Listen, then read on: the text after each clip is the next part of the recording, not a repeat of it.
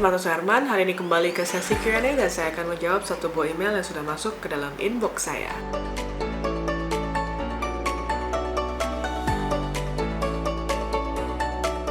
Makasih banyak buat teman-teman yang udah kirim email ke martasuherman@gmail.com. Hari ini saya akan memilih satu buah email untuk dibahas, dan email yang saya pilih hari ini adalah email dari Indra Narendra.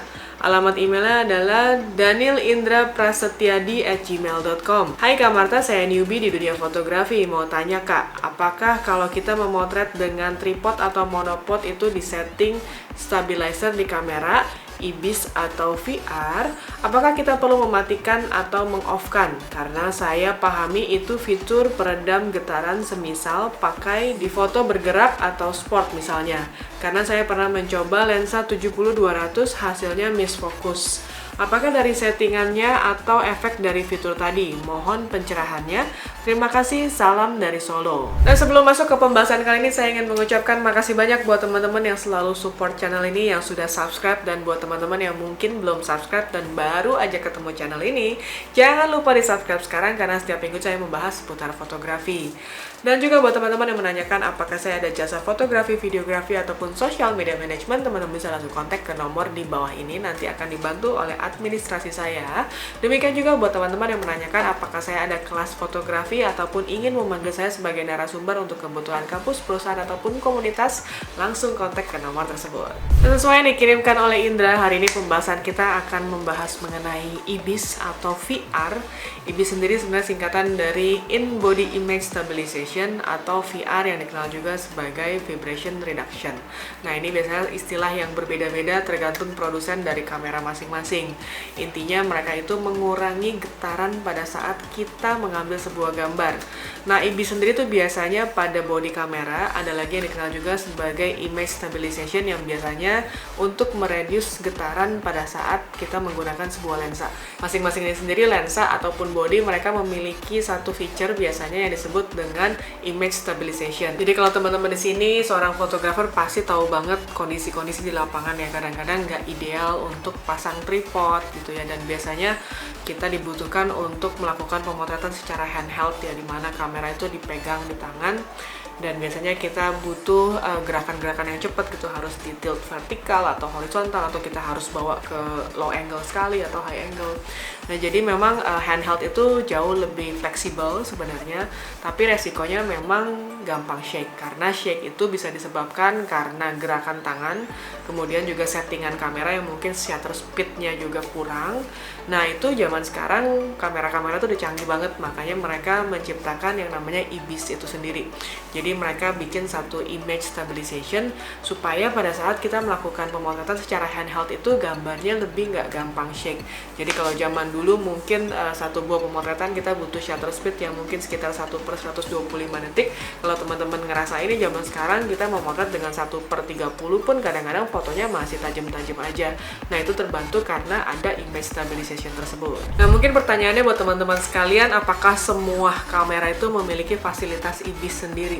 Nah, sebenarnya nggak juga, karena biasanya yang kamera yang tipenya mungkin lebih lama biasanya nggak dilengkapi oleh teknologi IBIS ini, dan juga lensa-lensa juga kadang-kadang yang versi lama itu tidak dilengkapi dengan image stabilization.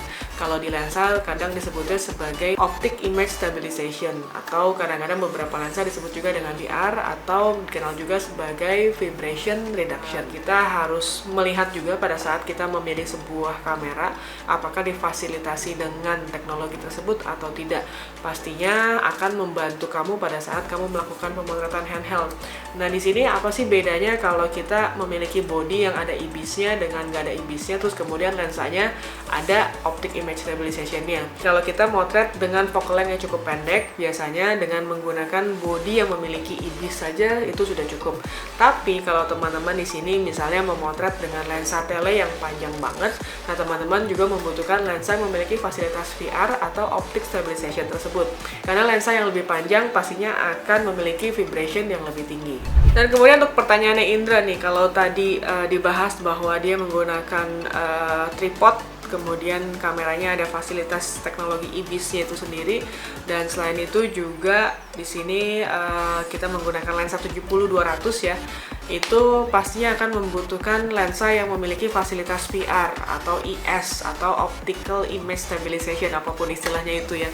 Nah, di sini fungsinya adalah untuk membantu supaya focusing yang jaraknya lebih jauh itu bisa lebih efektif tercover oleh si lensa. Jadi kalau misalkan kamu menggunakan satu buah lensa yang mungkin titik fokusnya agak lebih dekat, itu menggunakan body yang fasilitas IBIS aja itu cukup. Tapi kalau kamu menggunakan lensa tele yang jauh lebih panjang, di mana titik fokus yang kamu harus raih itu jauh lebih panjang, artinya kamu membutuhkan fasilitas VR atau image stabilization. Nah, kemudian ada penjelasan yang kedua mengenai penggunaan tripod.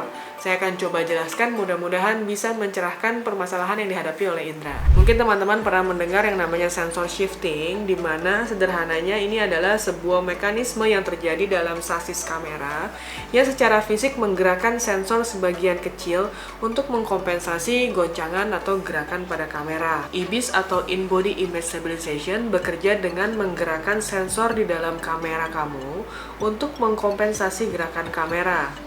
Jadi kamera-kamera yang zaman sekarang memiliki fasilitas IBIS itu memiliki stabilisasi gambar dengan 5 sumbu, yaitu horizontal, vertikal, yaw, pitch, dan juga roll.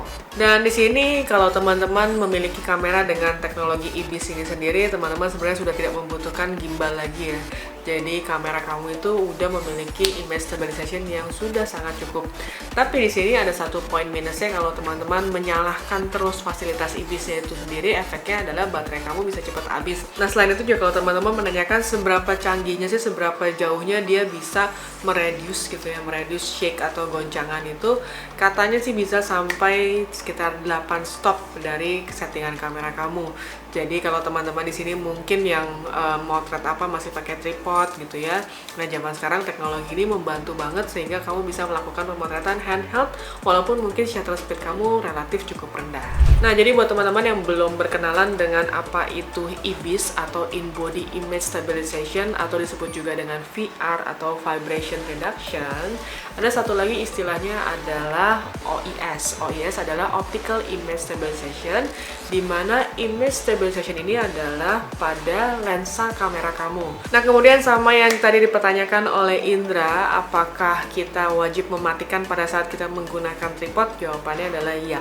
Jadi idealnya itu harus dimatikan fasilitas IBIS-nya, karena kalau enggak nih teman-teman bisa menciptakan lingkaran umpan balik atau disebut juga dengan feedback loop. Sistem stabilisasi kamera dapat mendeteksi getarannya sendiri meskipun kamera diam. Jadi maka daripada itu ia akan menyebabkan gambar yang buram karena sensor ini akan otomatis bekerja dengan sendirinya. Nah, demikian penjelasan mengenai IBIS atau In-Body Image Stabilization dan juga efeknya pada hasil foto kamu.